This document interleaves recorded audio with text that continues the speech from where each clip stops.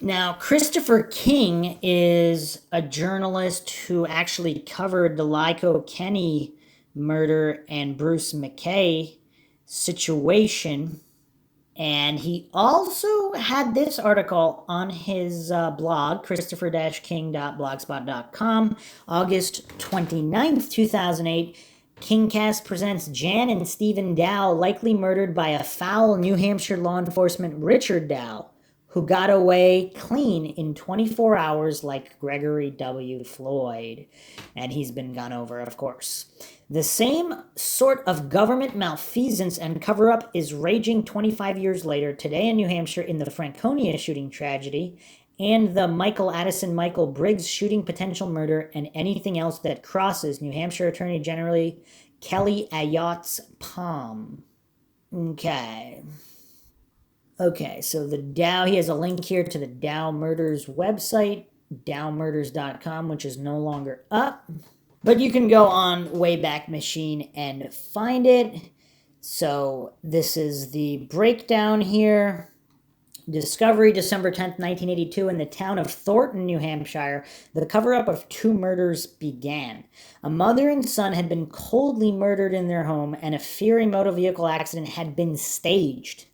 Does that sound familiar to anybody? Staging accidents? Responding officials used the staged accident as the underpinning for their official report. So again, I'm not saying this is an MO of corrupt law enforcement or state officials. However, if you look at the Stephen Avery case, check out the MindShock podcast on that, particularly Coincidence County, where there seems to be a history of frame-ups and planting of evidence. It's completely mind-boggling. It's completely mind-boggling. So I'm not saying that occurred here, but let's see what information is brought forth. Responding 1982 officials deliberately and willfully mishandled this investigation. A murderer was left unchallenged and allowed to continue walking the streets of our society. This murderer believed that by virtue of his law enforcement background that he was in a protected class. He believed that he could get away with this murder. After the 1982 state police investigation concluded, he knew his belief was in fact reality. He was allowed to get away with murder, and he continued on further endangering other lives. This cover-up began to unfold before dawn, 15 days before Christmas 1982. Following is a chronicled account of how this incident began to unfold. In the early morning hours of December 10th, 1982, an explosion was heard. Moments later, a former firefighter, John Sperling, left his home heading for work. Turning right at the end of his driveway, he entered onto Route 175 in Thornton, New Hampshire. Glancing into his rearview mirror, he noticed a bright orange glow piercing the darkness. Thinking fire, he stopped, popped his vehicle into reverse, and quickly backed up the road. Approximately 500 feet back, on his left, he discovered the source of an orange glow. A vehicle, burning furiously, was off the roadway. At discovery, only the interior of the vehicle was burning furiously. The vehicle, off-road, came to a gentle and non-violent stop when it reached the bottom of a short embankment, almost like it had been deliberately placed right there. There was no impact as the vehicle had not collided with anything. There was no one about. There were no signs of life, no screams for help.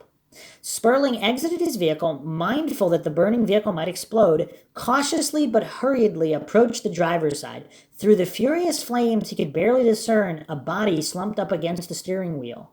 The body was already acutely charred, the person clearly dead.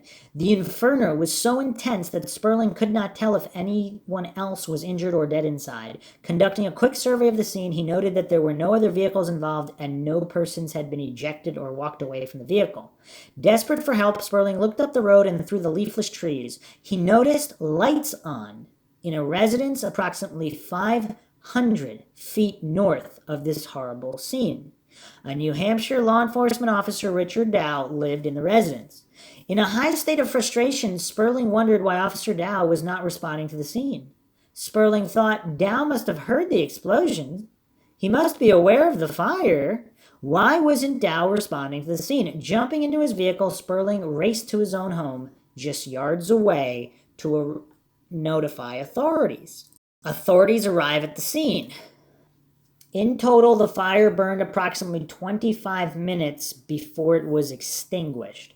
Firefighters quickly arrived. One of the firefighters was Alfred Burbank. Burbank was also a captain for Waterville Police Department. Thornton's police chief, Walter Joyce, arrived. New Hampshire State Police were notified. The fire was quickly extinguished. Looking into the rubble, a firefighter discovered a second victim. The second victim's legs were bent behind the body and lying prone, appearing like a person in a sleep position. Both bodies were so severely and acutely burned that New Hampshire State Police identified the remains as being indistinguishable and unidentifiable.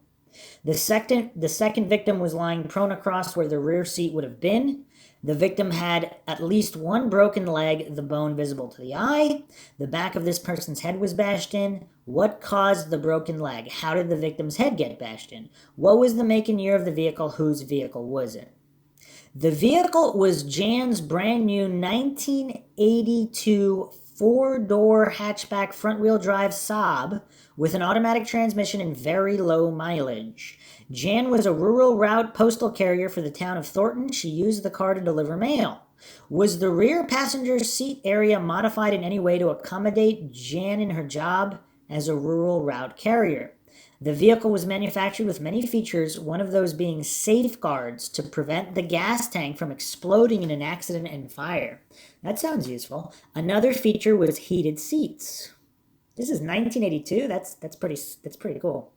The accident was suspicious in nature. Following are some of the red flags present. 1, the hour was very early before dawn. 2, there were no skid marks on or off the road. 3, the driver had not implemented any evasive action. 4, the tires never lost contact with the ground. 5, it was a non-violent accident, yet fire was involved. 6, there was minimal damage to the vehicle. 7, there was no impact. The vehicle came to a gentle stop on its own.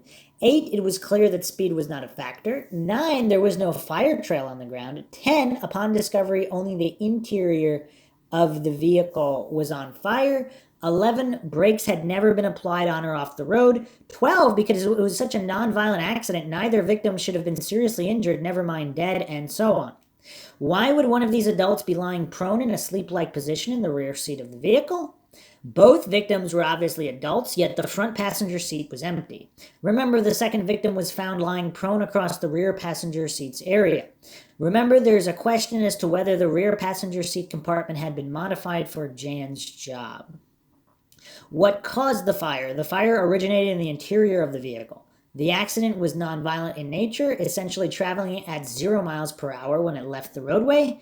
A vehicle simply just does not burst into flames. It's like spontaneous vehicle combustion. Why hadn't either opened a door and exited the vehicle? There was no speed involved. The doors were not jammed or locked. Who were the victims? Both victims were acutely charred, unrecognizable, and indistinguishable. Why hadn't the driver applied the brakes or implemented evasive action while the vehicle was moving on or off the roadway? Why hadn't they exited the vehicle? The vehicle's tracks, visible in a light dusting of snow or frost, demonstrated the vehicle had traveled in a straight line to the point of exit. Slowly it had rolled down the embankment, stopping on its own when it reached the bottom, to what appears to be the lowest gravitational point. There was no impact, no crash. It was clear that the brakes had never been applied and the driver had not implemented evasive action either on or off the roadway. The doors of the vehicle were not jammed, the accident nonviolent. Neither victim was trapped inside the vehicle and, if alive and conscious, could have easily exited the vehicle. How fast was the vehicle traveling when it exited the roadway? When the vehicle reached the bottom of the embankment, which was just about the length of the vehicle itself, it came to a gentle stop on its own. At the bottom of the embankment, there was a stream. The vehicle did not have enough momentum to travel through the stream. Across the stream, the terrain sloped sharply upwards. The vehicle did not have enough momentum to even reach the opposite slope. The New Hampshire State Police Troop F was summoned to the scene. Troop F, they just keep coming up. A New Hampshire medical referee examiner was summoned. The call to the medical examiner was placed before any state troopers arrived on the scene. Trooper Brian Van Dines was the first New Hampshire state trooper to arrive. He immediately recognized the burnt vehicle as belonging to the Dows. How did Van Dines recognize Jan's vehicle. Cement blocks were scattered throughout the vehicle. One of the cement blocks in the back had split apart. None of the cement blocks were outside the vehicle. A number of cement blocks were around the head and chest area of the victim in the back seat. A couple of those blocks were on the floor of the front passenger seat. None had exited the vehicle. The vehicle was a front-wheel drive vehicle and did not need cement blocks in the front or rear of the vehicle for added traction. What were the cement blocks doing in the vehicle? Why hadn't any landed outside the vehicle? Why was one of the cement blocks split? What caused the split? According to the state police report, the bodies were so badly burned that they were unrecognizable and indistinguishable from each other. The body in the driver's seat was faced forward, slumped up against the steering wheel. The driver, if conscious and alive, should have known that the car was beginning to leave the roadway and there should have been some evasive action taken and/or brakes applied. Both arms of the victims were hanging straight down. The hands were not clutching the steering wheel, nor in the vicinity of the head, nor on the dashboard. When removed from the vehicle, the body began to break apart. It was obvious the victim had made no attempt to exit the vehicle. The body was completely blackened and unrecognizable. The bashed in head of the victim in the rear seat did not appear to have the three-cornered characteristics as should happen if struck by a corner of a cement block, nor did it have the flattened characteristics if it had been struck with the flat part of the cement block. This victim was lying prone, almost in a fetal position, across where the passenger seat would have been. The legs of the victim were bent. The body was too long to lie straight down across. A broken bone was protruding out from the upper leg. The body was also acutely charred and unrecognizable. All the glass windows in the vehicle was gone. No glass was found on the ground outside the vehicle. Sperling, the former firefighter who had discovered the vehicle, heard through the crowd of officials present that glass had been found on the roadway just north of the scene. There was no fire trail on the ground demonstrating the gas tank had not ruptured, spilling gasoline, and exploded. Despite the fact that when discovered, only the interior of the vehicle was engulfed in flames, the fiberglass gas tank had completely melted. The gas tank was located above and protected by the muffler. No collision was involved, headlights still intact. What was the temperature and weather that morning? By all accounts, the temperature was bitterly cold that December morning. At the time of the accident, there was no precipitation. The vehicle was discovered before dawn, approximately 6 a.m. Route 175 was and is a rural, quiet country road meandering through forest, mountains, and country towns. It was and is primarily residential. Authorities were looking at an accident scene that made no sense. A vehicle simply does not burst into flames from just rolling off the road, down a short embankment, and without colliding with anything. Investigating officials recognized from the characteristics of the scene that the driver was either unconscious or dead before the vehicle even stopped. Additionally, authorities recognized that the accident was so minor, at least one should have survived. Instead, both were dead. Investigative conclusions were to be based on facts, not fabricated facts or innuendo. Policy and procedures were in place, which officials were obligated to follow. One of those procedures was to contact the fire marshal whenever there was a fire involved in a fatality. Other procedures include 1. Investigate the accident scene. 2. Document the facts and details at the scene. 3. Substantiating and supporting conclusions based on info gathered from standard operating procedures. 4. Conducting acceptable forensic and medical analysis. 5. Conducting a 24-hour background check for each of the victims. 6. Interviewing all witnesses, and so on. Investigating authorities, New Hampshire State Police, Thornton Fire Department, and a New Hampshire medical examiner knowingly and willfully discarded required procedures. Crucial and basic fatal accident investigative procedures were knowingly violated. Crucial facts were omitted, substituted with manufactured facts and/or innuendo. Officials approached the Dow residence. After the fire was put out, the first New Hampshire State Trooper had arrived, and a preliminary examination of the scene had taken place. And the Dow's residence was approached. Foul play was in the minds of the 1982 officials. At approximately 7 a.m. on the morning of December 10, 1982, New Hampshire State Police Trooper Brian Van Dynes and Captain Butch Burbank of Waterville Police Department approached the Dow residence, and it was impossible to visually identify the victims, and because they knew the vehicle belonged to the Dows, they surmised that the vehicles were two of the Dows. Neither had any idea who would answer the door, if anyone at all. Richard Dow answered their knock. Captain Burbank noticed what appeared to be blood on the jeans of Dow. Upon notification that it was believed that his wife and adopted son were dead, Dow's reaction was off. Dow was asked who was in the car with Janet. He told them it was Stephen. Dow was informed that both his wife and son were dead. He made no attempt to go to the accident scene where his wife and adopted son lay dead. He did not ask crucial questions. Instead, he had demonstrated that he already had an understanding of what had happened.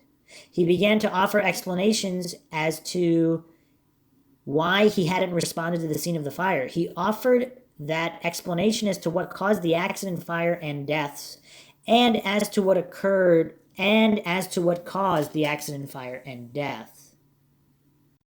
Now, was he asked to offer that, or did he just randomly start offering it? The 1982 investigation. When authorities went to the Dow resident, Richard Dow answered the door. When Dow was notified that the two individuals thought to be his wife and adopted son were dead, Dow's reaction to the news was off. He didn't ask questions. He made no attempt to go to his family, to go to the scene right outside his doorway. Instead, Richard began to explain why his wife and son were dead and why he had not responded to the scene. Procedurally, it was required in any fatal incident that a commanding officer be summoned to the scene to oversee and to ensure the investigation was thorough, complete, and competent. Ranking New Hampshire State Police officers began arriving. Motor vehicle fatalities were extremely serious in nature and were to be responded to in a serious manner. Lieutenant Richard Tuck, commander of Troop F, Sergeant Thomas Kennedy, second in command of Troop F, Sergeant Frank Donahue, and Corporal Roger Hartwell arrived.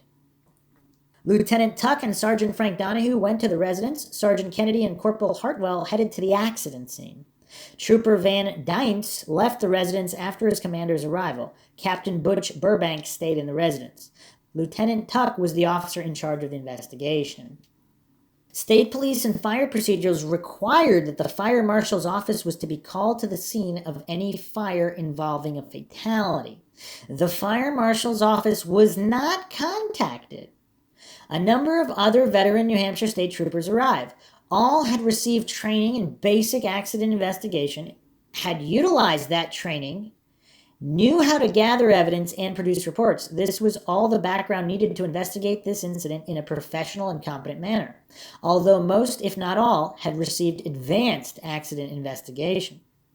Commander Tuck and Richard Dow knew each other very well.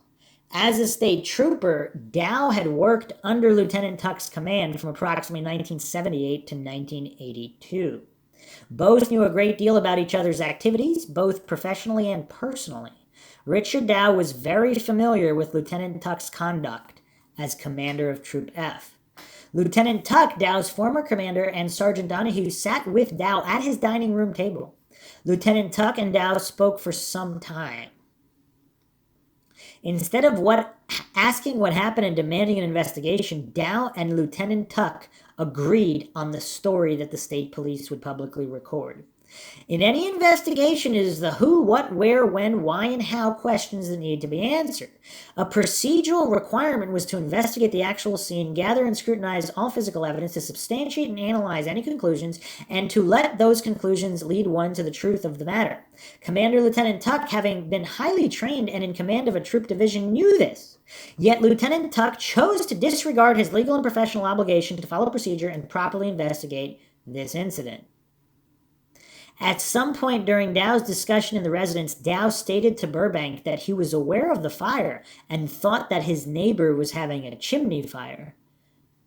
When asked why he had not responded, Dow answered because it was too cold out. That's an interesting response from a police officer. Investigative answers were developed while Dow was sitting with Lieutenant Tuck at the dining room table. These conclusions were extremely detailed, details that no one could have possibly known except the victims, along with the conclusions that were impossible to arrive at without gathering and analyzing evidence present at the scene.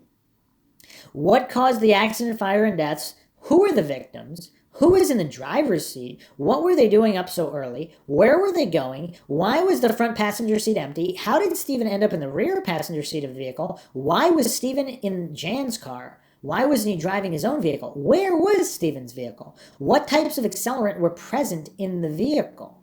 How fast was the vehicle traveling when it left the roadway? Why weren't there any skid marks in the road? Why hadn't brakes been applied? Why wasn't there any evasive action taken? And so on. At the conclusion of Commander Tuck and Dow's meeting, the 1982 investigation was over. Commander Tuck assured Dow that he needn't worry about a thing and that he would make sure that the autopsies would not be conducted. Commander Tuck left the residence and began shutting down the investigation. He initiated action to draw the focus of the state police and medical examiner and the fire chief away from investigating, examining, gathering, analyzing, and documenting crucial evidence from the actual scene. State troopers were told that autopsies were not needed, nor was any further investigation of the scene necessary.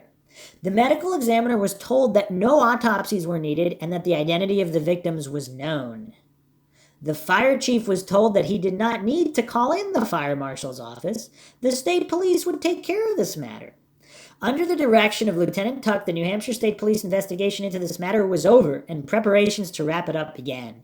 Trooper Van Dynes was directed to go to the Dow residence and base the New Hampshire State Police motor vehicle accident report on information Dow would provide. In the end, the New Hampshire State Police investigative conclusion was that there was a motor vehicle accident resulting in a fire that tragically killed the wife and son of a law enforcement officer.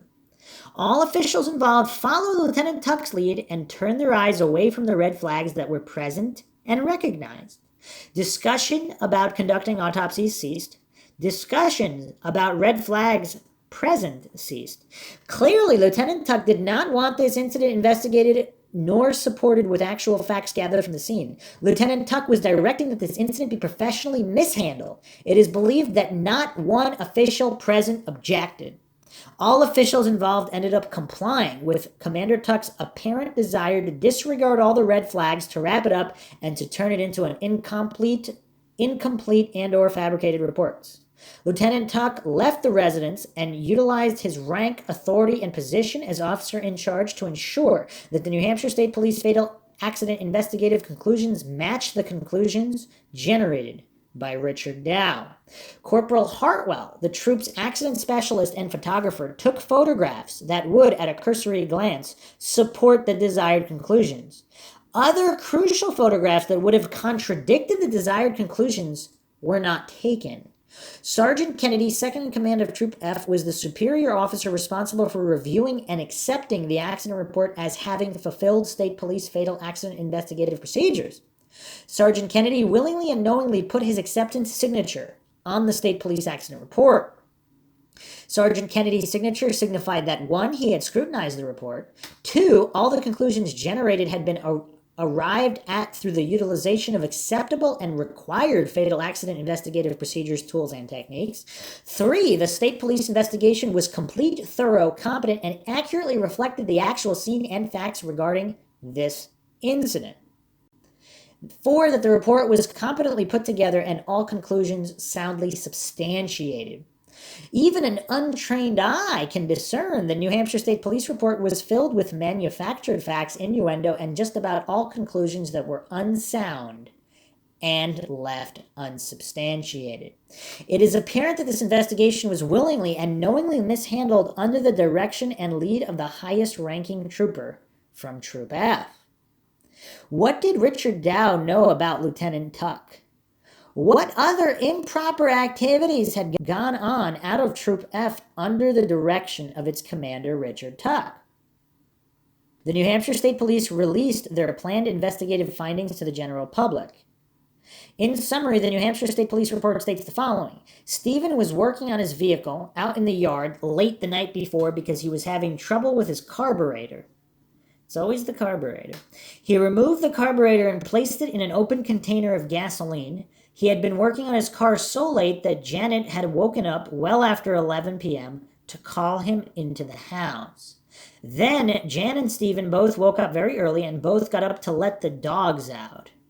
Then Jan and Stephen were both in Jan's car because she was giving him a ride to the garage so that he can continue working on his carburetor. Stephen had placed the carburetor in the open container of gasoline into the rear of Janet's brand new Saab. As they were leaving the driveway, Richard Dow could tell that Jan was upset because he heard her accelerate. Then the gasoline in the open container began to spill over. Then Stephen climbed over the front seat into the back seat to steady the open container of gasoline that was spilling in the vehicle. Then Jan was so emotionally distracted that she stopped paying attention to the road. The car left the roadway.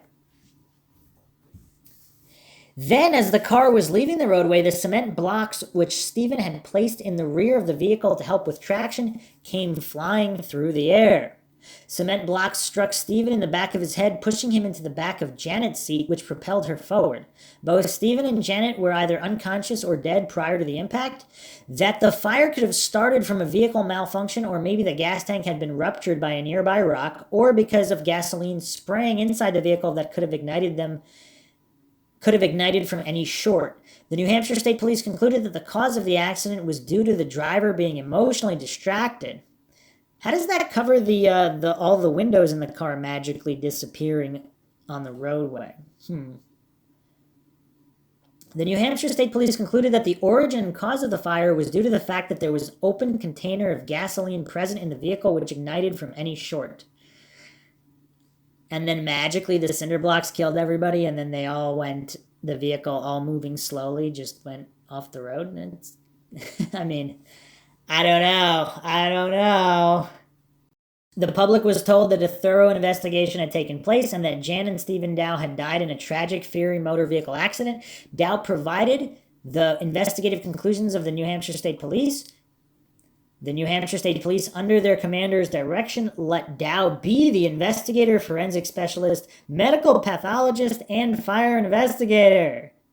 The 5 primary New Hampshire State Police officials involved in the 1982 investigation were 1. Lieutenant Richard Tuck, commander of Troop F, 2. Sergeant Thomas Kennedy, second in command of Troop F, 3. Sergeant Francis Donahue, commander of the Hazardous Waste Unit, 4. Corporal Roger Hartwell, patrol supervisor, troop photographer, and troop accident specialist, 5. Trooper Brian Van Dynes.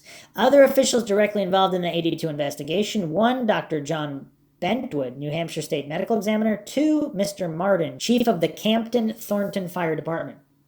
The LaFontaine Funeral Home arrived, removed the bodies, and was released to transport the bodies to Concord for cremation. Man, this is shady. The vehicle was towed from the scene. Shortly afterwards, it was sent off to be scrapped.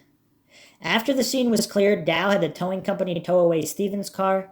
Dow sold the car. Dow made contact with one of Stephen's good friends, Brad Benton, and offered Brad Stephen's clothes. Dow had a friends and family gathering at the house. Stephen's girlfriend went to this gathering. She asked Dow if she could retrieve letters she had written to Stephen. Dow brought her into her room. She could not find the letters. The next day, she went to Stephen's vehicle to see if the letters were in his car. They were not. Missing from Stephen's vehicle were his stereo system and fog lights.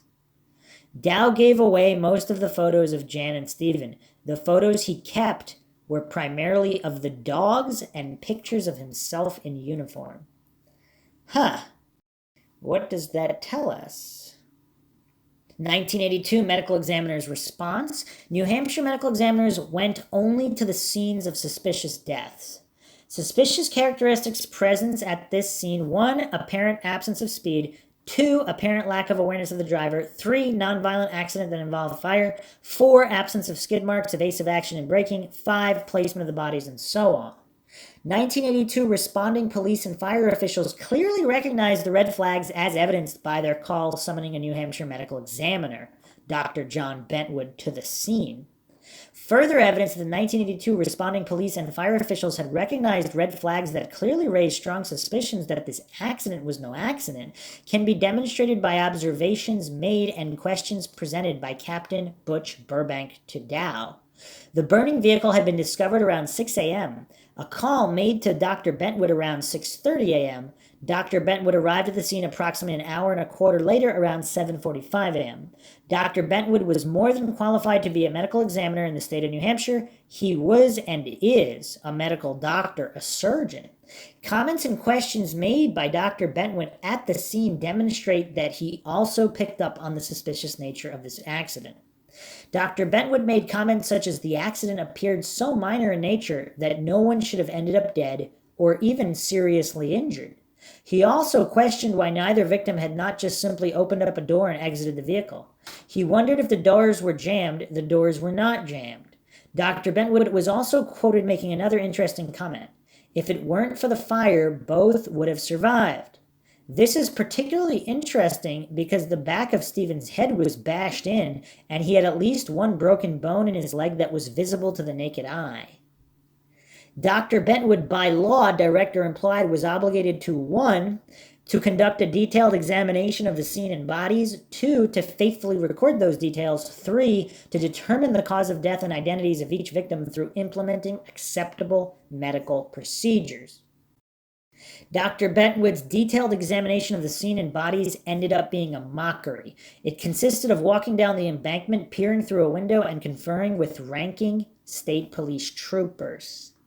Dr. Bentwood was not some backwoods country boy who didn't know any better. He was a highly educated medical doctor who was a surgeon. 1. Dr. Bentwood could see that both victims were unrecognizable, indistinguishable, and unidentifiable through visual means. Both bodies were completely scorched and blackened. It was impossible to identify either victim through visual means. Yet in his report, Dr. Bentwood disregards these facts. Instead, he records the victims were burnt to an almost unidentifiable degree and were reportedly that of Janet and Stephen Dow. So they were unidentified, but they were these people. This means that Dr. Bentwood knowingly recorded an untruth. By publicly recording that both victims were burned to an almost unidentifiable degree and were reportedly that of Janet and Stephen Dow, Dr. Bentwood is stating that both victims could be positively identified and were positively identified. But how can one visually identify two acutely burned bodies? Not to mention, no autopsy, no confirmation of anything. Weird. Dr. Benton does not record how these two victims were identified, nor does he record who identified them. Dr. Bentwood does not substantiate his conclusion that the victims were that of Janet and Stephen Dow. For all anyone knew, this was a sophisticated insurance scam, with two people other than Jan and Stephen Dow being the victims. Perhaps Jan and Stephen were waiting at some other location for Richard Dow, who would join them after collecting all insurance monies.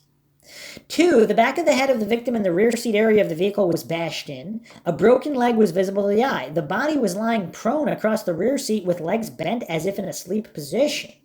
These details are not recorded in Dr. Bentwood's report. Dr. Bentwood records that the body in the driver's seat was pushed up against the steering wheel and that the front seat was pushed forward.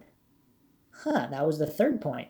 Dr. Bentwood does not record whether the body of the victim was facing forward or whether the victim was partially ejected through the windshield. The body shows no visible fractures or skeletal damage. Dr. Benton does not record this in his report. 4. Recognizing the accident was nonviolent in nature and that nothing added up, questions regarding what caused the deaths of these two people came up. Conducting autopsy was an issue that was discussed at the scene. After conferring with ranking New Hampshire state police officers, Dr. Bentwood decided to disregard the red flags. He recorded autopsies were not necessary to establish the actual cause of the deaths. Dr. Bentwood then invented the cause of the deaths. He invented the same cause of the deaths for both victims, recording that both victims had died by burning to death. When questioned years later as to the basis for his medical conclusion that both had burned to death, Dr. Bentwood stated that, quote, "It was obvious. Both bodies were severely burned." When it was pointed out to Dr. Bentwood that, yes, bodies do burn in a fire, and then re-asked how he had arrived at his conclusion that both victims had burned to death, Dr. Bentwood was silent.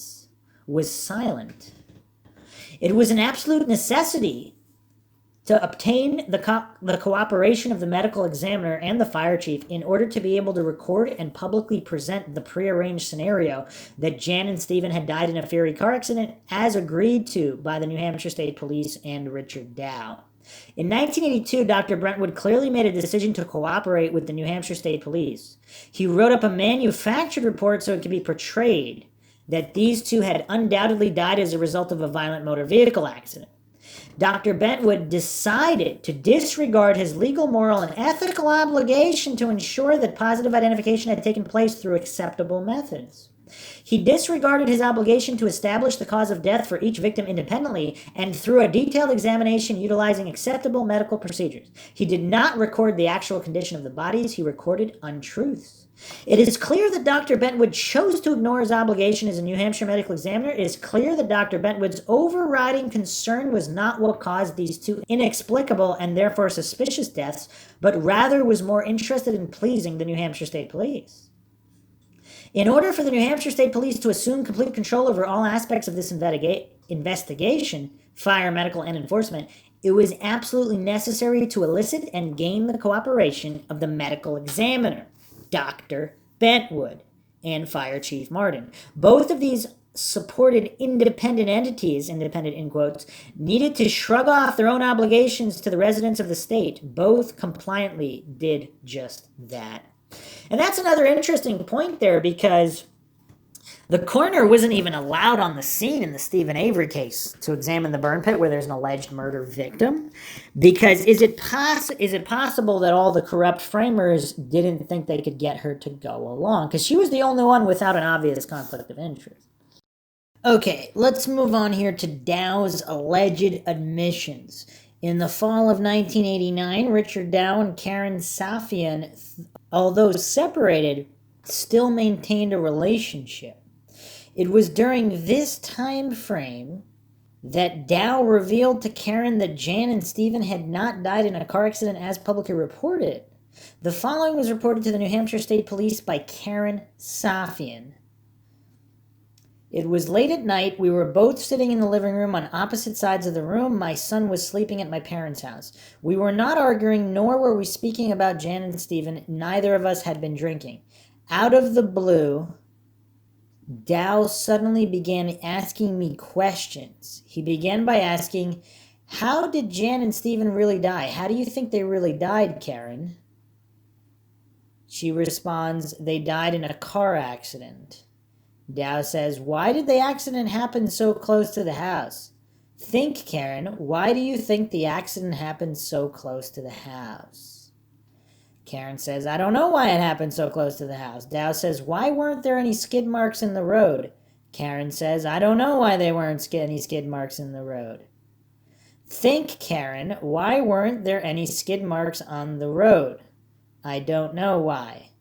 "You're not thinking, Karen. Think, why weren't there any skid marks in the road?" This is playing out, if this is accurate, as Karen is alleging, this is playing out like some kind of scene from a horror movie with a psycho serial killer ranting. I mean, it's really bizarre.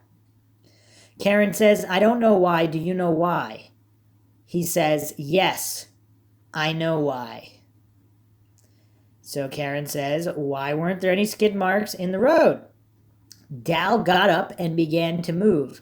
I stood up. He went over to a shelf where we had pictures of Stephen. Dow picked up the picture, held it up in my view, my direction, looked at me and shouted, quote, "Because this expletive shot his mother, that's why," end quote. Dow threw the picture in my direction. It flew past me and crashed into the kitchen cupboards, fell on the floor, and I heard the glass break. I stood still, so still, just looking at him. I remember feeling horrified, so horrified that time seemed to stand still. I felt like I had just entered into a surreal world. Karen asked, "Stephen shot his mother when? While she was driving the car?" "No, that doesn't make any sense. While she was driving the car? Why would he shoot her while she was driving? What do you mean? How do you know this? He shot her while she was driving?" Dow stated, "No, not while she was driving the car." Dow sat back down on the couch, arms resting on his legs, hands clasped together. I sat back down, trying to absorb what he had just said, trying to make sense of it. He was silent. I broke the silence. Then what? When did Stephen shoot her? Before? No? When did he shoot her? How do you know he shot her? Dow says, well, you see, it was late at night. I had just finished working. I worked part-time for 2 different departments back then. I was sitting in the living room relaxing before bed. Everything was quiet. I decided that it was time to go to bed. I got up and went down into the cellar. You see, we had a coal stove, and I went down to put coal in the stove for the night. While I was down there, I heard a gunshot. Karen, gunshots are loud. You think they are, like they are on TV, but they're not. I heard a pop sound. That's all, just a pop. I knew it was a gunshot. I stopped and listened. I heard another pop. I grabbed the axe. It was sitting there by the stairs. I walked up the stairs, went around the corner into the bedroom. I saw a figure standing over Jan. I attacked the figure with the axe. It was Stephen. I took them. I put them in the car. There were cement blocks in the car. I told Stephen not to put those in the car, but he didn't listen to me. There was a bucket of gasoline in the car with a piece of an engine part soaking in it. I told Stephen not to put that in the car too, but again, he didn't listen to me. He never listened to me.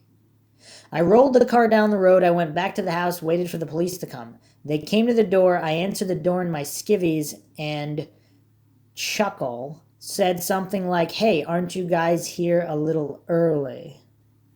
It was around 7 a.m. They asked who was in the car with Janet. I asked them why. They asked me again who was in the car with Janet. I told them Stephen and asked why, what happened. They told me that there had been an accident and that both were dead. I told them that Janet and Stephen had been arguing that morning. I was still in bed. I vaguely heard them something about Stephen not wanting to take the bus to school. I think he wanted Jan to drive him to school. She didn't want to, but I guess she gave in and decided to drive him. Dow was staring intently ahead. He stopped speaking. He did not look at me while he was saying this. He did not look at me after he finished. The highlighted part in italics, Dow said differently and more intensely. When he was speaking, the thought came to me that he had said this before. And this is referencing the cement blocks and Stephen not listening to him, never listening to him.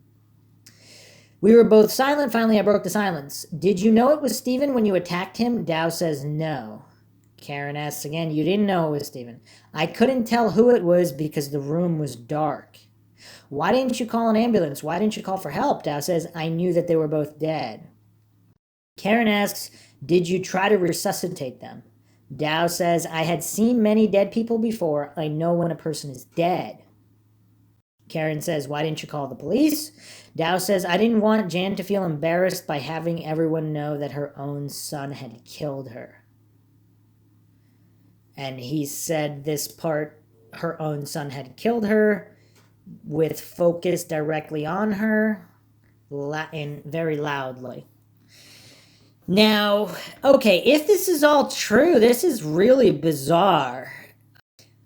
And I wonder how many people stage certain scenes to avoid embarrassment.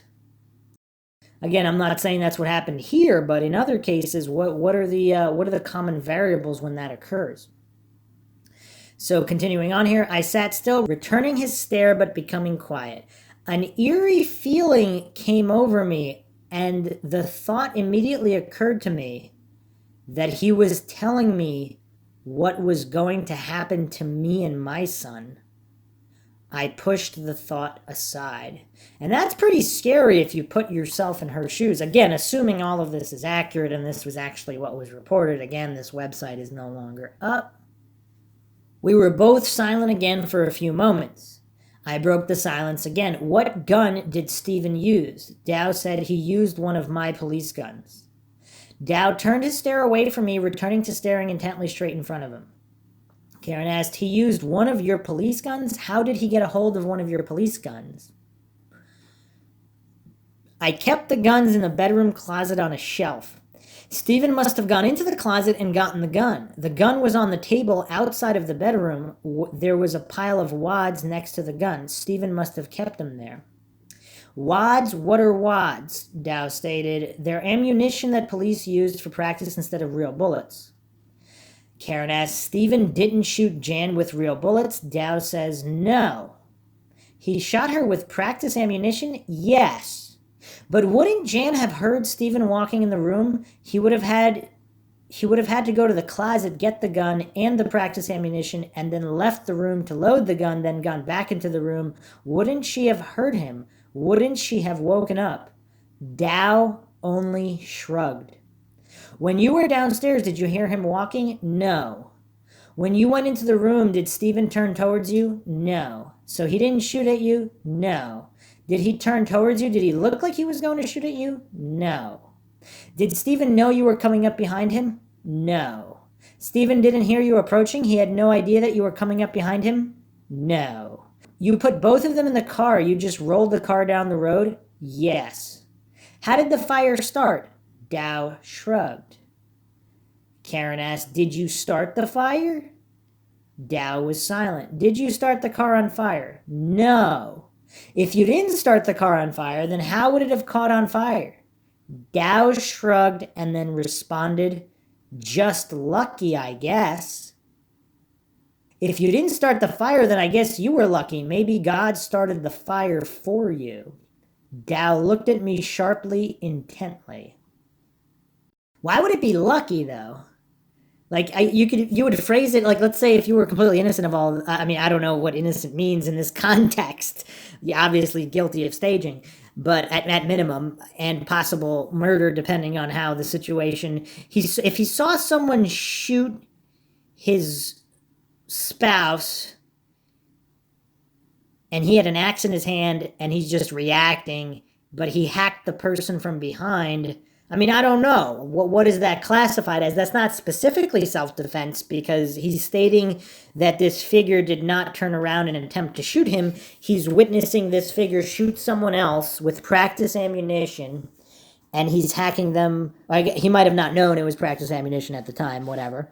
But he just hacked them in the spine and killed them as he's seeing them shoot somebody else. I don't know. That's a tricky situation if that's what happened. Like, legally, what does all that entail? Well, God must have started the fire for you, huh? If you didn't start it, then God must have looked down and said, I don't want Dow to get caught. Of course he would know what happened, and so he started the fire because he was protecting you, because he knew that if there wasn't a fire, when the police came, they would see the blood and stuff, and you know that would have been visible, very visible. And so if it wasn't your fault, then God must have started the fire to protect you. What do you think? Dow didn't say anything. He was staring at me intently. I began to feel extremely nervous, edgy. I looked away and dropped it. I then came back with another question. But the bullet holes, why didn't they discover the bullet holes in Jan? Dow shrugged. Wouldn't the gunshot wounds have shown up in the autopsy? Dow shrugged and then responded, I don't know. We were both quiet. I was lost in thought. I remembered wondering if this was what the root of his rages and what appeared to be intense self-hatred. This time, Dow broke the silence. When the state police came to the house, they brought Butch Burbank with them. I don't know why they brought Butch with them. Maybe they thought Butch was a close friend of mine or something. I couldn't figure out why they brought Butch with them. Was Butch a good friend? No, not really. I really didn't know Butch that well. Again, we were both silent. I broke the silence. Do you remember the night you were riding around with Richard Hansen? It was right after Jan and Stephen's death. Do you remember? Yes. You said to him, I can't keep this to myself anymore. I have to tell someone this. And then you guys met up with some other state troopers or something and you were interrupted. Dow was looking intently at me. He began to slowly nod in the affirmative. Was this what you were going to tell him? Dow was still looking at me. He hesitated. I just waited. He finally responded, yes. At this juncture, I just started to repeat myself, revisiting the areas in which Dow's explanations made no sense. You didn't know it was Stephen? No. I don't understand how the fire could have started. Dow broke down into what appeared to be deep sobs. There were no tears, just deep breaths, dry, deep breaths. I immediately stopped asking him questions. I looked at him. I wasn't sure what to do. I stood up and slowly walked towards him. When I reached him, I placed both of my hands on his shoulders. As soon as I touched his shoulders, he stopped this impression of sobbing and became very quiet and still. I stood like that for a few moments. He didn't say anything nor do anything. He just sat there with his hands still clasped together and silent. When I felt like it was safe to do so, I removed my hands and sat down beside him, but behind him. My back was up against the couch. He was still sitting on the edge of the couch. I replaced my hands on his shoulder. We both sat there silently. After a few moments, Dow spoke. He continued staring intently ahead of him. If you ever tell anyone what I just told you, if you ever tell anyone this, then I will. Dow was silent and kept staring resolutely in front of him. I kept my hands on his shoulders. I didn't dare move. After a few moments passed, I spoke quietly in an even, firm tone. What will you do if I ever tell anyone this?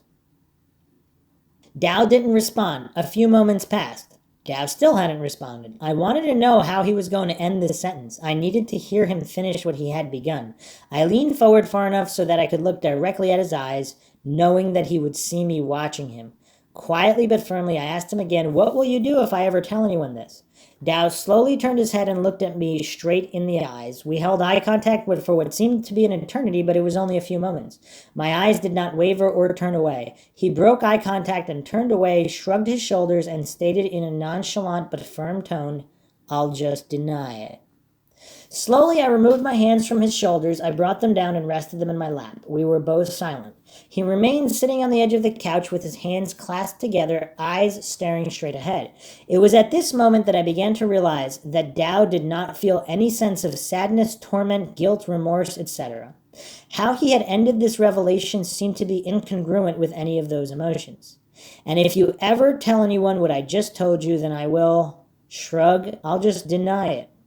Where was the guilt, the sorrow, the torment, the remorse?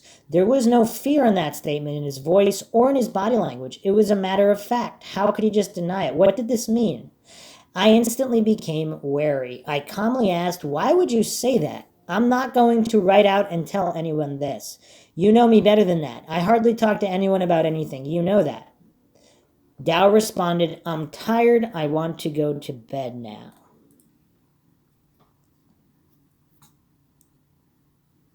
I got up and went into the kitchen. I picked up the picture of Stephen, his senior picture. I looked at it. I studied Stephen's eyes, wondering if I could see anything in his eyes. Maybe the picture picked something up that would tell me that he had killed his mother. I didn't see anything. I threw the picture away. I picked up the glass. We went to bed. He slept peacefully. I didn't fall asleep for a long time. I watched him sleep. I listened to him sleep. I wondered if he would be restless or if this would torment him in his sleep. There were no signs of either. He slept serenely, like he did after his explosions at night. I kept thinking about what he had told me, going over and over it in my mind. So much of it didn't make any sense. If it had happened as he said, why had he covered it up? The morning arrived. I waited to see if he would bring this up. He didn't. He behaved as if the night before had never happened. His usual response, as if what he had revealed was as insignificant as if he had announced the night before that it was dark outside. I waited until early afternoon. I finally brought the subject up. I had absolutely no doubt that Jan and Stephen had not died in an accident as publicly reported. I asked him questions. There was a number of things that didn't make sense. How could Stephen have been unaware of Dow coming up behind him? Stephen must have known Dow was home and heard him downstairs putting coal in the stove. The house wasn't that big. Why would Stephen be only focused on killing Janet? Why wouldn't he have been on guard against Dow's approach? Why hadn't he taken care of Dow first, as Dow would have been the bigger threat? How could Dow not have known it was Stephen he was attacking? Dow had said that the room was dark, but he could see a figure standing over Jan. Dow had also said that he had been in the living room watching TV before going downstairs to put coal in the stove. Dow hadn't gone to bed yet. The cellar light might have been on. Lights on the main floor must have been on. The master bedroom was on the main floor, and it was a very dark room even during daylight hours. A light source must have been lighting up Stephen's form. How could Dow not have recognized Stephen? Dow must have blocked the light source at some point. How could Stephen not have reacted to this alarm? How could Stephen not have been expecting Dow and been prepared? How could Dow not have heard Stephen walking down the stairs or on the floorboards right above him? Why would Stephen have used practice ammunition instead of real ammunition? Why would Stephen have brought out a pile of the practice ammunition and placed them on a table outside of the bedroom? Why wasn't the gun in Stephen's hands? Why was it on the table outside of the bedroom next to the pile of ammunition? Why hadn't the bullet holes shown up in the autopsy? A car doesn't burst into flames when it's just rolled off a road. Why was Dow not being straightforward about how the fire started? What else was he not representing honestly? Why would Stephen kill his mother? I began to ask Dow questions. Following are some of those questions and his responses. Why would Stephen want to kill his mother? I don't know. Was he angry with his mother a lot? No. Do you think that Stephen wanted to kill both of you? I don't know. Why would Stephen kill Janet while you were home? Do you think that he thought both of you were sleeping and the second shot was meant for you? I don't know. Did Stephen use drugs? No. Do you think that maybe he had started to use drugs and was high at the time? No. Who did Stephen hang around with? What kind of kids? The Bentons, not bad kids. Didn't Stephen know that you were home? Wouldn't he have heard you come in? I don't know. When you were downstairs putting coal in the stove, did Stephen hear you walking on the floor? No. Wouldn't you have heard him walking? Dow shrugged. Did Stephen watch a lot of TV? What kind? Music? What kind? Dow shrugged and said action movies, but didn't have an answer for the music. Stephen didn't hear you coming. He didn't know that you were coming up behind him. No. I finally asked him about the mattress. The mattress. Was Janet killed on the same mattress? The mattress that you had? You know, the one with the stain on it? The one that you had when I met you? Remember the one that I kept asking what the stain was from? Yes. I began to visibly react to this. I didn't want Dow to see my reaction.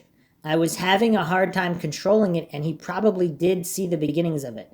I looked away and was silent. I looked back at him. He was watching me in a focused manner. He said, "Let's go get something to eat." I left to go back to Claremont. I was convinced that Jan and Stephen had not died in a car accident as reported. But so much of what Dow represented didn't make any sense to me. I wasn't sure what to make of it or what to do. I was scared. I wondered how much of a threat I was to him and was very concerned that my son's life and my own were in danger. I instinctively knew that I needed to institute actions so that Dow would think I was not a threat to him. Based on everything I knew about Dow, it would not have been wise to be assertive or confrontational at that point. It was necessary to backtrack from any past confrontations, hoping to dissipate any grudges or resentments built up against me. It was important to appear as if I wholeheartedly believed the scenario he had presented to me until I had a chance to look at him through a new set of eyes and decipher who he truly was. For the time being, I needed to appear weak-minded and controllable. I needed to institute a non-direct approach in my response to Dow. I had to portray that I was enamored, that he didn't need... I was so enamored that he needn't worry. Over time, I learned that it was important to stay one step ahead of him, which meant I needed to observe and discover the way he thought. I had to learn the pattern to his logic, in essence, to learn how to think like he thought before I could respond to him. I wondered just whom it was I had committed myself to. I wondered just what that commitment required of me. I didn't know if the man I had fallen in love with was real. I wondered if he had ever been real. I needed to find out. I needed to immediately institute safety actions without him knowing I was doing so. I needed to know who Richard Dow truly was and knew that this would surface over time. I needed to let the truth surface and not fight it. The reality of Dow would surface on its own in a natural setting in its own time. Questions kept swirling around and around in my mind. Why had he covered it up? Why wouldn't he tell me how he started the fire? Why wasn't there a gun in Stephen's hands? Was this what was at the crux of his explosions, or was it something else? How could he have continued on in law enforcement? What was I supposed to do with this information? What were my moral and legal obligations? Who could I talk to in order to find out? So much was going through my head. What was the right way to respond to this? Most importantly, was the question, how would God want me to respond? I wanted to believe what he had told me, although I didn't know if the scenario he had presented qualified as self-defense. As horrible as the scenario he had related was, it would have been much better to deal with him if he had actually killed his wife and his adopted son. The questions kept swirling around and around in my mind. But if what he had told me was true, why had he covered it up? He was a law enforcement officer. I needed time to think, to keep Dow at bay and feeling safe, to protect my son and myself, to learn what my obligations were. I needed guidance. I wanted someone else to know, but who? The police? Dow was a police officer. Dow would be questioned, and Dow, as he had told me, would deny that he had told me this. And as experience had taught me, people listened to Dow. They would believe him. They wouldn't listen to me. Then what would happen? If I went to the police, then Dow would know I was a threat and he would kill me. I was in a state of turmoil. I did not want to be killed by Dow. I had to think this through. Dow was supposed to come to Claremont the next weekend. I didn't want him to come, but I didn't want him to know I was frightened of him. Frightened of this information, frightened to think what this meant in relation to my sons and my life. I had never let him see any fear from him in me, and I knew it would be a mistake to start now. I needed to implement caution even more so now, and I had to make sure I did not do anything that would alarm him. I didn't want him to come, but what could I say that would not alarm him? I decided to call Dow to tell him that if he had things to do and didn't want to make the trip that weekend, then it was okay with me because I had a lot of things to do, studying and things like that. Dow immediately asked, "Why don't you want me to come down? Are you afraid of me now?" Without hesitation, I evenly responded, "No, I'm not afraid of you. You can come down if you want to. I was just saying that if you had other things you wanted to do this weekend, it was okay with me because I have a lot of things that I have to do. That's all." Dow was paying attention. This was a break from my normal response. I had to be careful. I had to institute new responses in a gradual manner. Well, this was the beginning. Dow came down. Others knew that he was there. At some point during the weekend, Dow, my son, and I went for a ride. Dow drove to Newport, a neighboring town. He drove to and into the state park. The park was big, bigger than I thought it was. Wetlands, forest, and lake. He drove around for a while and then pulled over where the lake was. The park was deserted. He got out of the car and motioned for us to come out. We got out. I was frightened, nervous, and cautious, and trying very hard to not let it show. I didn't know why Dow was stopping here. It wasn't like him to come to a place like this. It wasn't Dow's kind of place. Someone drove by and stopped nearby. I felt a sense of relief. As long as someone was nearby, then we were safe. We left shortly afterwards. He took us out to eat. At the end of the weekend, Dow left without either one of us speaking directly about what he had told me. From that point on, I would never meet Dow anywhere unless it was a public place or where people were nearby and within hearing distance. In our homes, others knew that Dow was present, and Dow knew this. If we were going anywhere, I made a point that people knew I was with Dow and that Dow knew that others knew. From past observations and knowledge of Dow, I knew that he would not implement any overt and blatant action against us as long as his presence with us was known or could be noticed or discovered by others. By the same token, I knew that Dow could set up an accident, in quotes. I had to talk to someone in confidence. As a safety valve, I knew that it would be important to let Dow know that someone else knew. That someone would have to be someone credible, but yet one who Dow would be convinced was not a threat. I had ruled the police out. I thought about talking with a psychologist, but didn't have any money to pay for one at the time, nor did I think, from what I knew of Dow, that he would have responded positively to that. A psychologist would have been too much of a threat. I thought about and decided upon going to a priest. It was extremely important to me that I fulfill my own moral and legal obligations. I believed that a priest was the perfect choice all the way around. I also hoped that at some point Dow would initiate going to speak to a priest for guidance himself. Although in retrospect that was a foolish hope, for if Dow had been struggling with the moral issues involved, he would have initiated that step a long time ago. I asked another person who they thought would be a good priest to speak to about something very serious. They recommended Father Sean Therian. I arranged to speak with Father Therian. We met at the rectory. It was an early evening on a weeknight. We spoke in a sitting room. I told Father what Dow had revealed to me. I explained that I needed to know what my moral and legal obligations were. Father informed me that if what Dow had told me was true, then Dow had acted in self-defense and that he was the only injured party still left alive. Therefore, I was under no obligation to bring this information forward to law enforcement authorities either legally or morally. Father told me that he would check this out with another priest in another state to make sure what he advised was accurate. Father continued by saying that all Dow would be guilty of was not reporting truthfully how Jan and Stephen had died to authorities. Father emphasized that Dow was the only injured party left alive. I didn't understand this, but let it be. There was so much I didn't understand. He asked if I would be able to get Dow in to speak directly with him. I told him I would try. I had not told Dow that I was going to speak with Father, knowing it would not be prudent to let him know beforehand. It was a relief that Father had a desire to speak directly with Dow. I broke the news to Dow over the phone. I told Dow that I had gone to speak with someone about what he had told me about Jan and Stephen. Dow was silent. I told him I had gone to speak with a priest. He was still silent. I stated that I needed to find out what my moral and legal obligations were. Dow was still silent.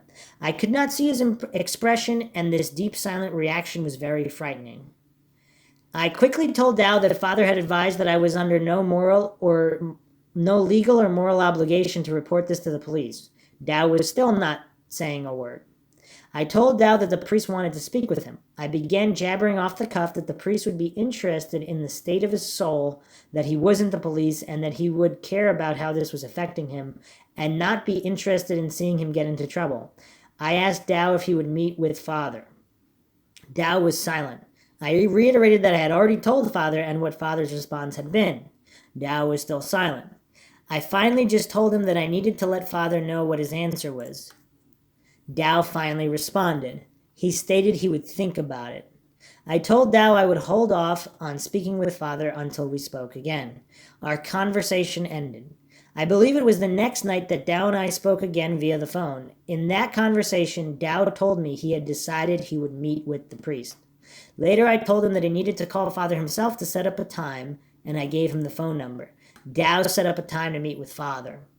The night that Dow was to meet Father, he came to my house first.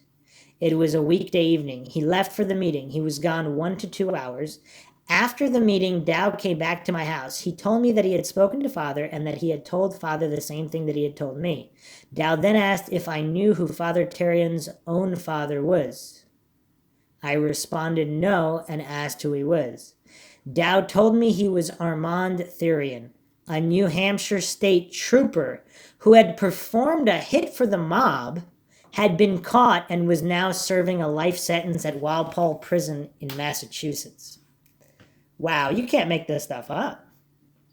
Dow told me that he had spent much of his meeting with Father speaking about Father's own father.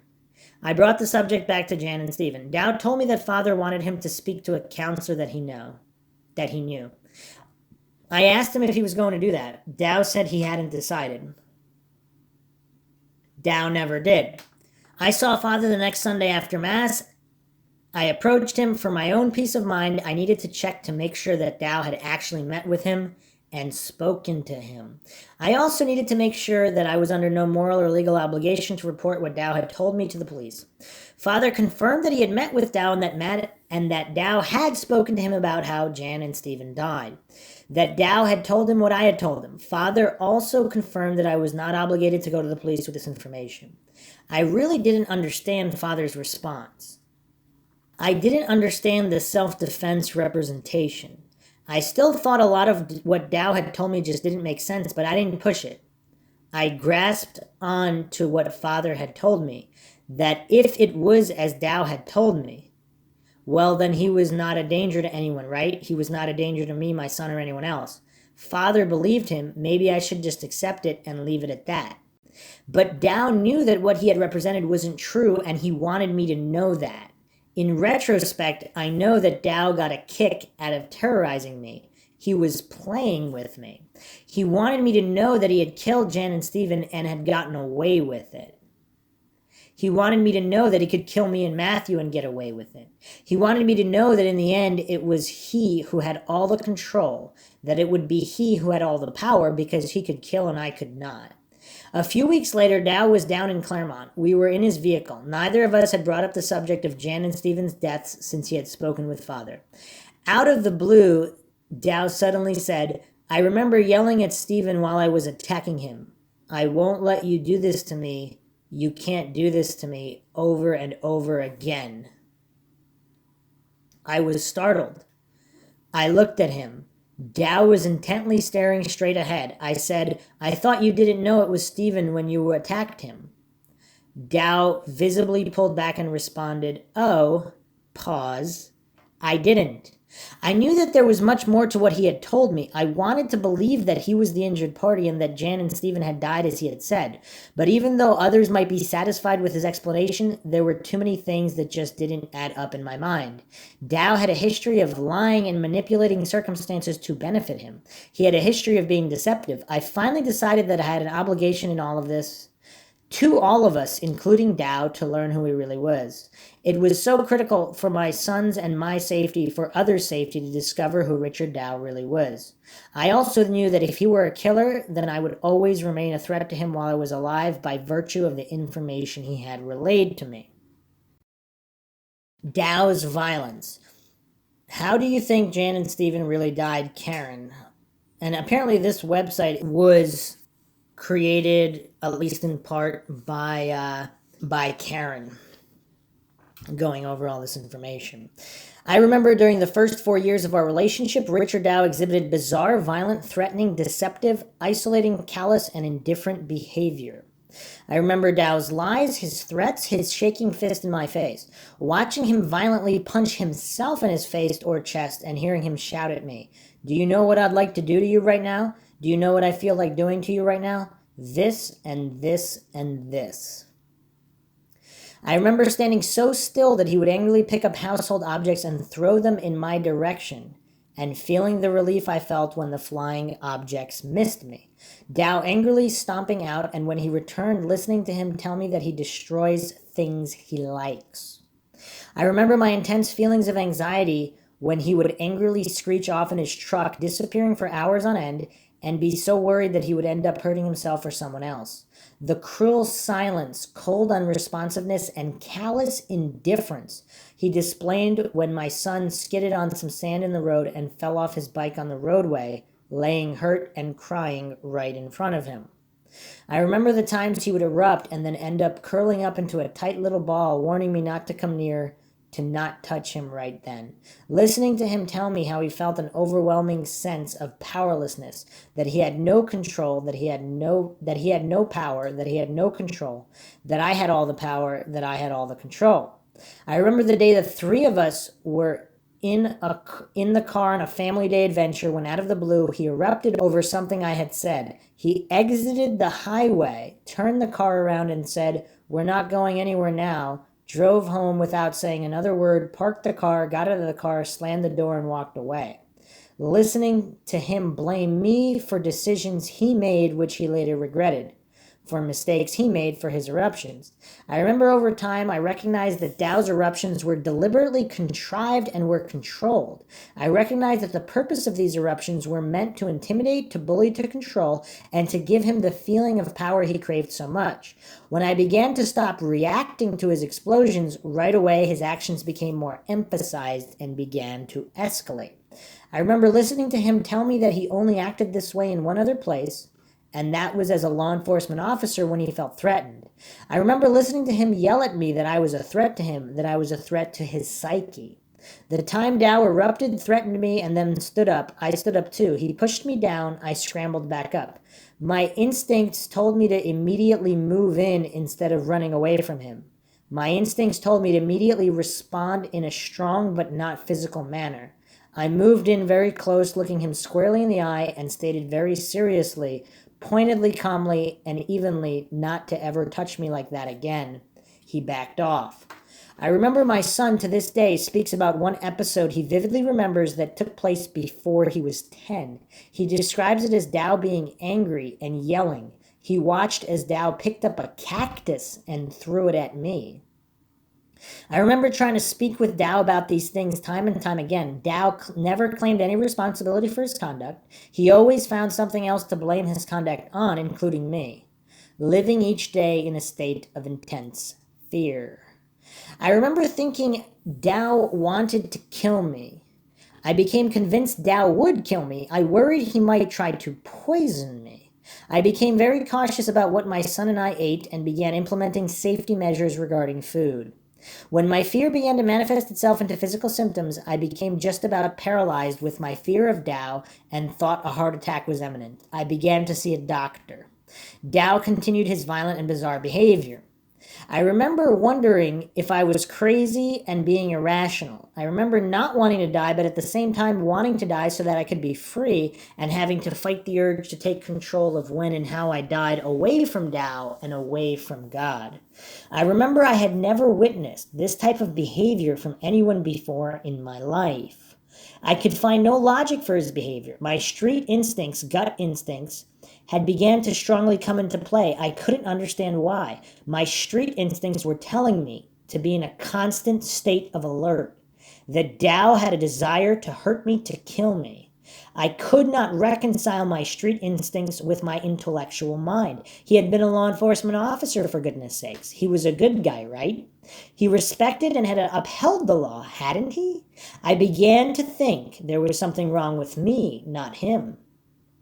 I remember the day I invited a friend over for lunch. Tao was not supposed to be home. He was supposed to be out working. Tao knew she was coming. She was highly knowledgeable about and involved in domestic violence issues. Tao did not know why I really wanted to see her, but he knew her background and that I had been trying to understand his explosions for so long. I needed to speak about my fear. I needed to find out why my street instincts were coming out so strongly. I needed to find out if I was being irrational, to find out if I was going crazy, to try and make sense out of all of this. Was it me? Was it him? What was this? Help me understand. Tao didn't leave the house that day. He decided not to work. When my friend arrived, he sat with us and took over the conversation and began speaking about domestic violence issues. He spoke about how strongly he stood against it and mentioned domestic violence incidents he had responded to as a law enforcement officer. She seemed to be buying into it. I knew she had when he arranged a public speaking date with her to talk about domestic violence to a group. A light went out in me. I felt so alone. No one would believe me. No one would be able to help me. I responded to this feeling out of despair as I had done when I was young. I just turned my head away, stood up without saying a word, and walked away. I left the room. I didn't return. I knew Tao was not going to let me talk to her alone. He would charm anyone he set out to charm, even my most knowledgeable friend, or so I thought and believed at the time. I went into one of the bedrooms and busied myself with doing some cleaning in an attempt to distract myself. I went to the furthest point in the house away from Tao. When it came time for my friend to leave, she found me in this bedroom. It was time for her to leave, and she had come to find me to say goodbye. She had noticed the manner in which I had departed the room. A red flag. She asked me if anything was wrong. I responded that I couldn't talk about it now. There's no time to talk about it now, and there's really no use in talking about it now. She was hesitant about leaving, but did. I didn't walk her to the door. After she was gone, Tao approached me, looked me square in the eye, and stated something along the lines, "That was a nice visit, don't you think?" Silently, I turned away. I wanted to cry, to give up, but crying would do no good. It had never made a difference in my life, ever. I remembered how a long time ago when I was young, during a critical moment in my life, I had cried and my vulnerability was exposed and there was no comfort given, only indifference. I had made myself a promise to never cry again, No one would ever see how vulnerable I was ever again. I would not cry in front of Dow. I was determined not to satisfy him by letting him know how deeply this had touched and affected me. The memory of that young girl who had felt so alone, vulnerable, broken, and was so uncertain about her future served to remind me that somehow I would and could make it, even if I had to do it alone. Plus, I was not alone in this environment. There was Matthew, my son. I could not give up. I remember many years later, just several months before I came forward, I reconnected with this friend. She brought up this lunch. She told me that after I had left the room, she had asked Dow what was wrong. Dow told her he didn't know what was wrong with me. She asked him if he had tried to speak with me about it. He responded that he had, but that I wouldn't tell him what was wrong. I remember not being able to figure out where the rages came from or what triggered them. When I finally began to reject Dow's claim that I or something else was responsible for his behavior, I remember Dow had been trying to re-enter into law enforcement for years.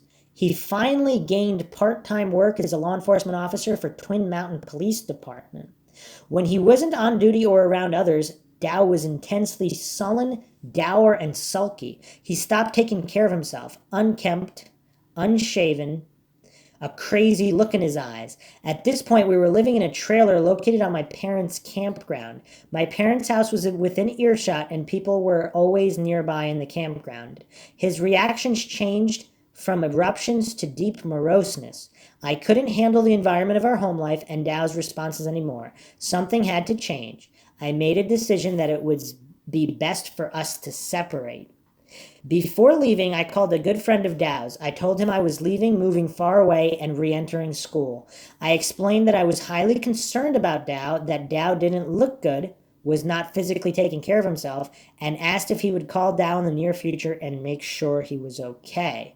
During this conversation, this individual, out of the blue, stated that he remembered when Jan and Stephen died. He stated that he and Dow had been riding around one night in his cruiser, and out of the blue, Dow intensely had said, "I can't keep this to myself anymore. I have to tell someone this."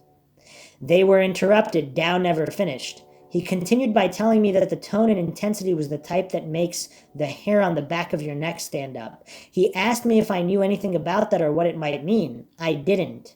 Our conversation ended. He promised to get in touch with Dow in the near future. I took my son and relocated to Claremont, New Hampshire.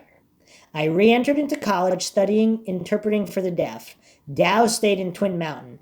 Dow and I had maintained contact. Although we were separated, there was much we had vested into the relationship, and we would visit back and forth. During one of my son's and my visits to him, Dow made the following statements to me. It was late at night, and we were both sitting in the living room on opposite sides of the room. My son was sleeping at my parents' house. We were not arguing, nor were we speaking about Jan and Stephen. Neither of us had been drinking. And of course, this is what we already went over just now. I remember Dow asking me how I was able to hold up and keep functioning in school and with my studies as a parent and my volunteer work under all the stress and with everything that was going on. Within months of Dow telling me this information, he began to look for a law enforcement position in the Claremont area. He obtained full-time employment with the Lebanon, New Hampshire Police Department. The chief of the department was a former New Hampshire state trooper.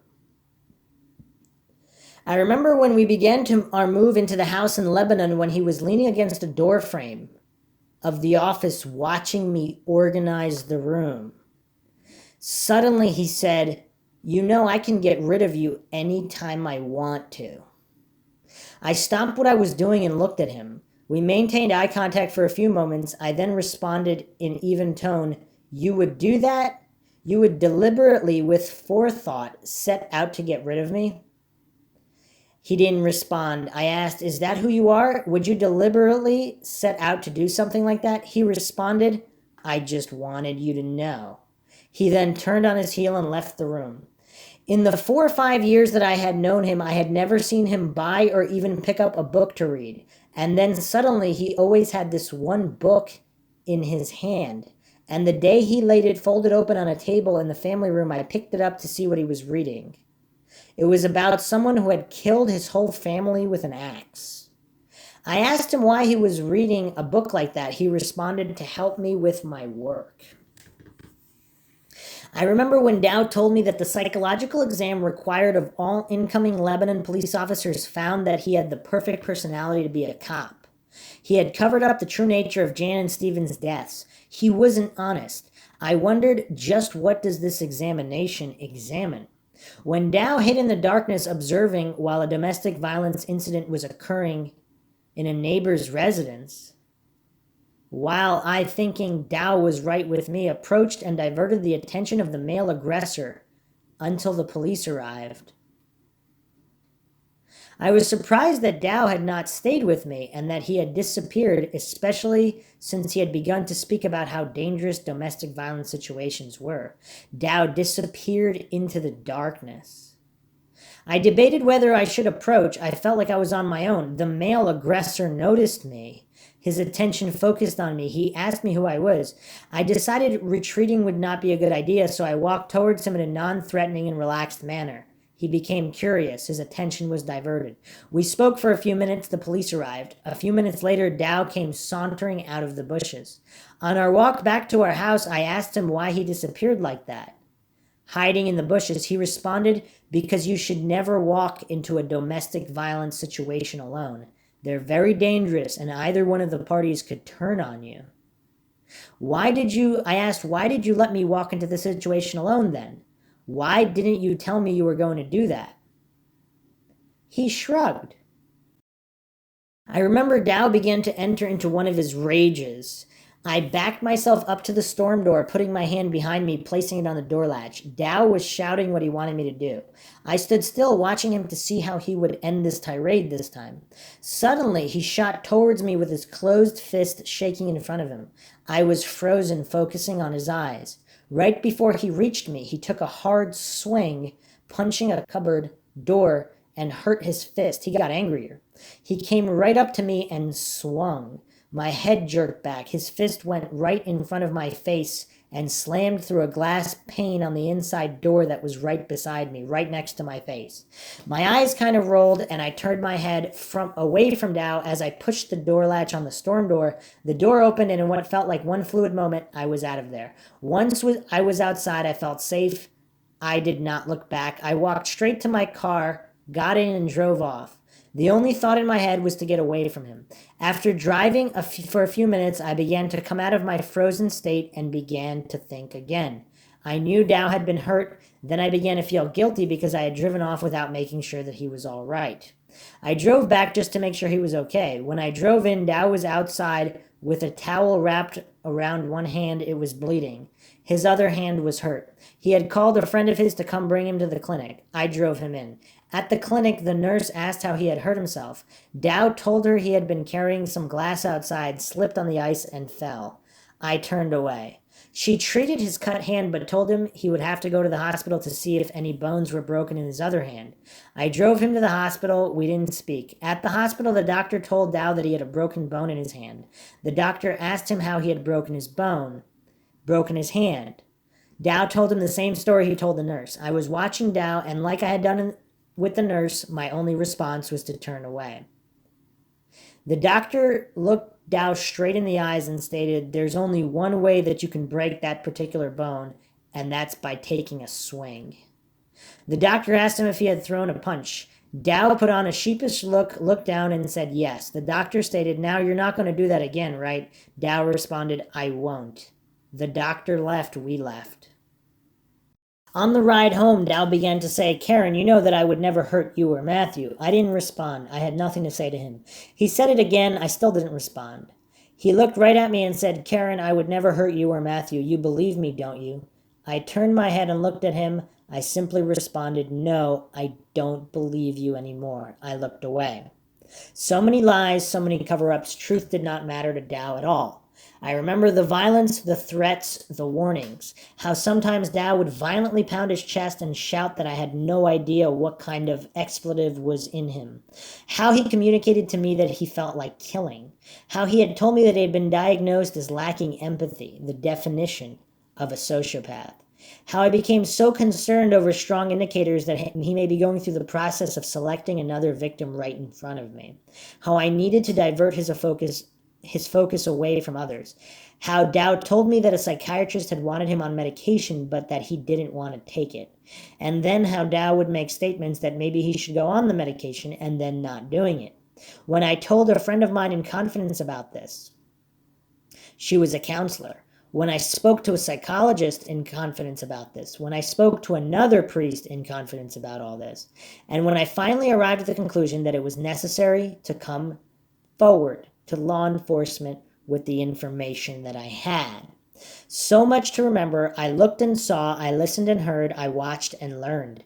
I experienced, I discovered, and now I know the truth of Richard Dow. I came forward because the deaths of Jan and Stephen Dow needed to be investigated by law enforcement. The true nature of their deaths needed to be discovered and addressed. I needed to learn the truth about their deaths, and now I know how Jan and Stephen really died.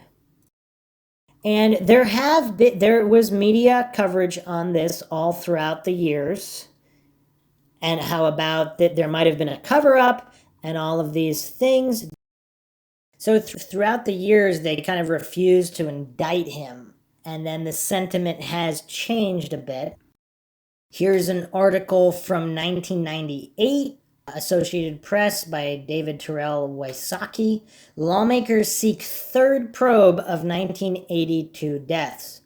Concord, New Hampshire. 15 years ago, the wife and son of a former state trooper were found dead in a burning car. Despite what police thought at first, it was no accident. Ultimately, investigators concluded that the victims were either dead or incapacitated before the wreck and that the crash was staged. But the state closed its second investigation into the case last fall, saying there wasn't enough evidence to prosecute. Now lawmakers are pressing for a special committee to look into whether there was a cover-up to protect the former trooper Richard Dow or his one-time commander. There is no statute of limitations on a yearning for justice, said State Rep. Rennie Cushing, sponsor of a bill to launch the committee investigation. People still grieve. The charred bodies of Janet Dow, 40, and her son Stephen, 18, were found in Thornton, a small town about 40 miles north of Concord, on a frigid morning in December 1982. State police concluded the deaths were accidental, relying mostly on information from Dow, who was working as a part-time officer in Thornton. Dow said he was home when his wife and adopted son drove off that morning. There were no autopsies. The state fire marshal wasn't called, and the car released to Dow soon after the deaths was quickly destroyed. Officers didn't note or follow up conflicts between the evidence and Dow's account. Based on what Dow said, police concluded that the victims burned to death when their car careened off the road near their home and exploded into flames, supposedly from a bucket of gasoline that Stephen had left in the car because it held a carburetor he was taking to have repaired. The troopers also concluded that the victims could not escape because both were hit by bricks that, again, according to Dow, had been placed in the car to add weight to improve traction. The case remained closed until 1993, when Dow's girlfriend, Karen Safian, said Dow had told her that he had killed his son with an axe. After the teenager murdered his mother, Dow staged the accident, Safian said.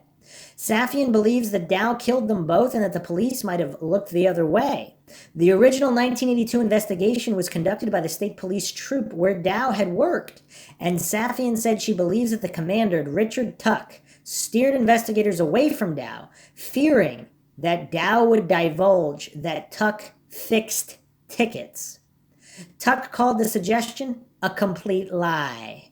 Police have said Dow, 53, lives in another New England state, but will not say which one. He has an unlisted telephone number and has not returned messages left with his father. Safian said she believes that the second investigation ended to avoid embarrassing the state police. State police and prosecutors concede that mistakes were made in 1982, but assert that officers saw no signs of a crime.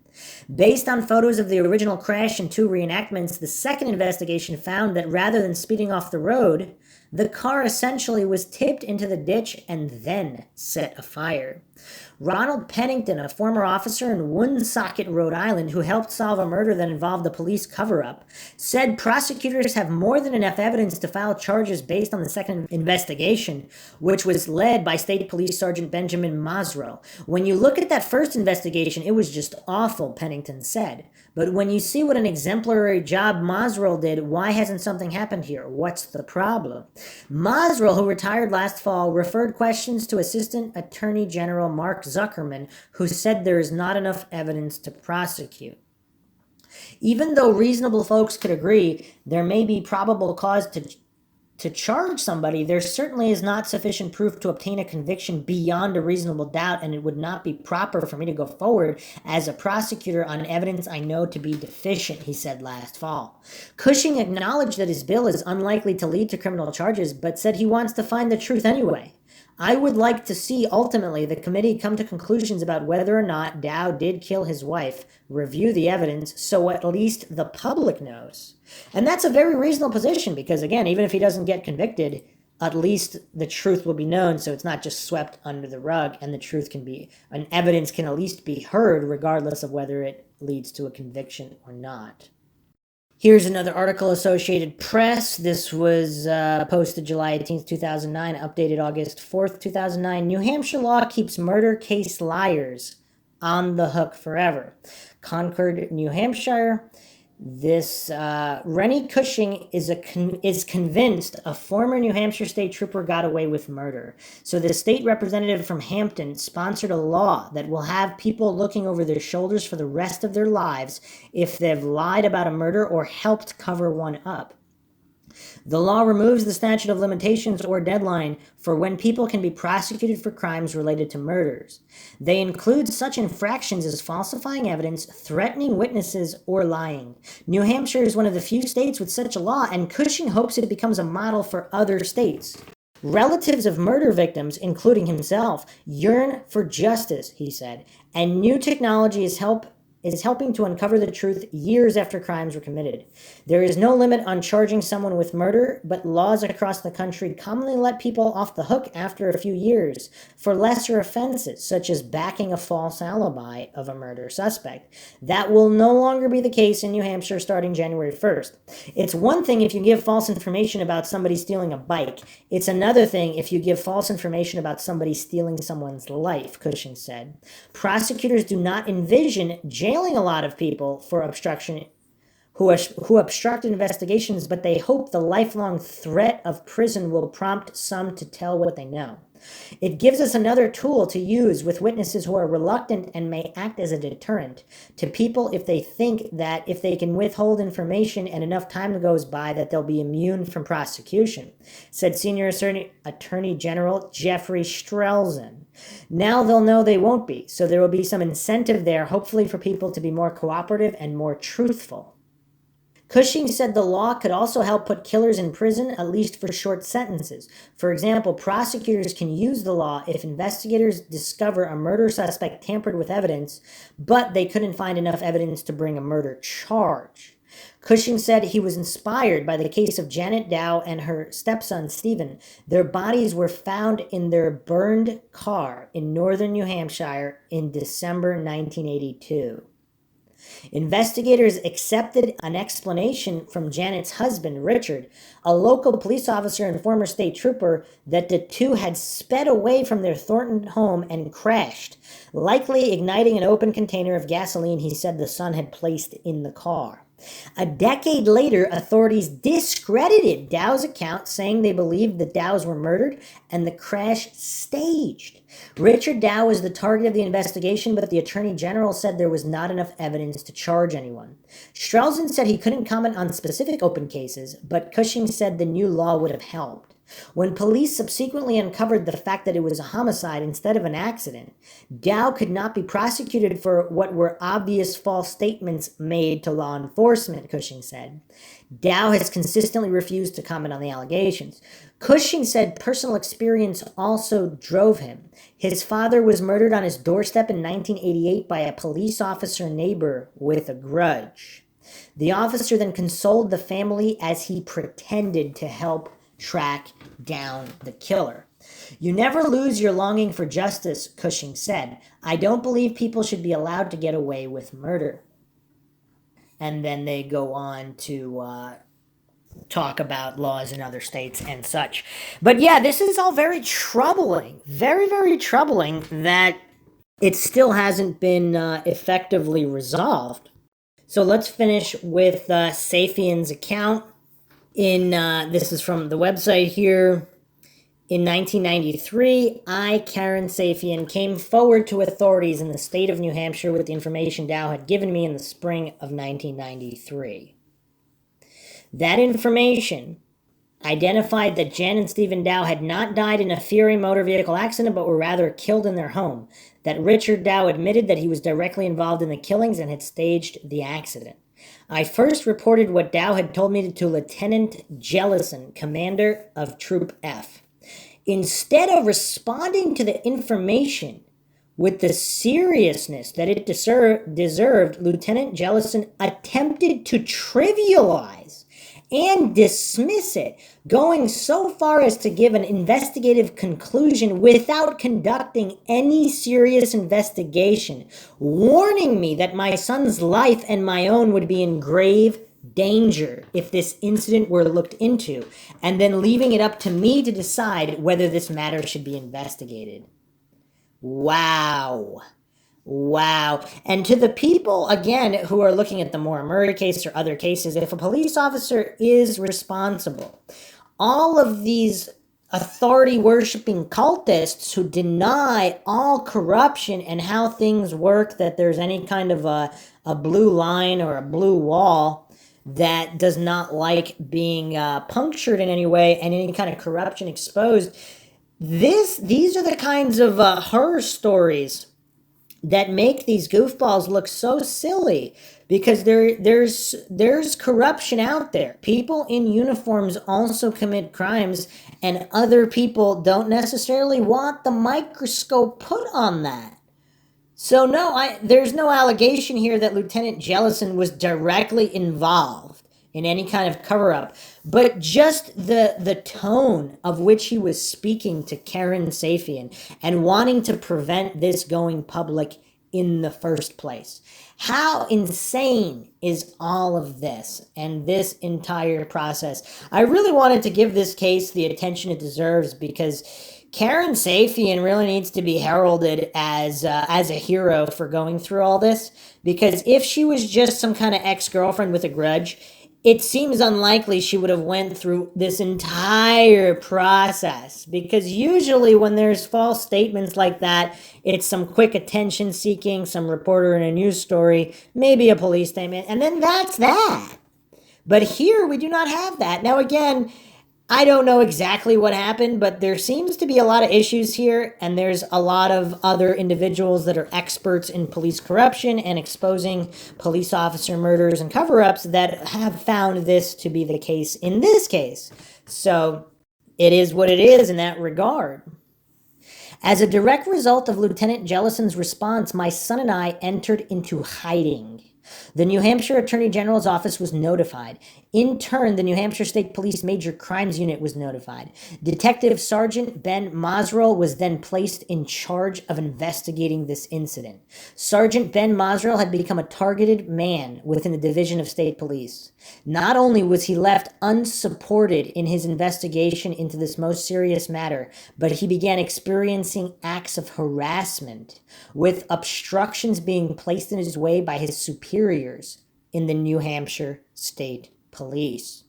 Complaints were filed during this time frame. To date, none of those complaints have been competently investigated. Where is internal affairs in all of this?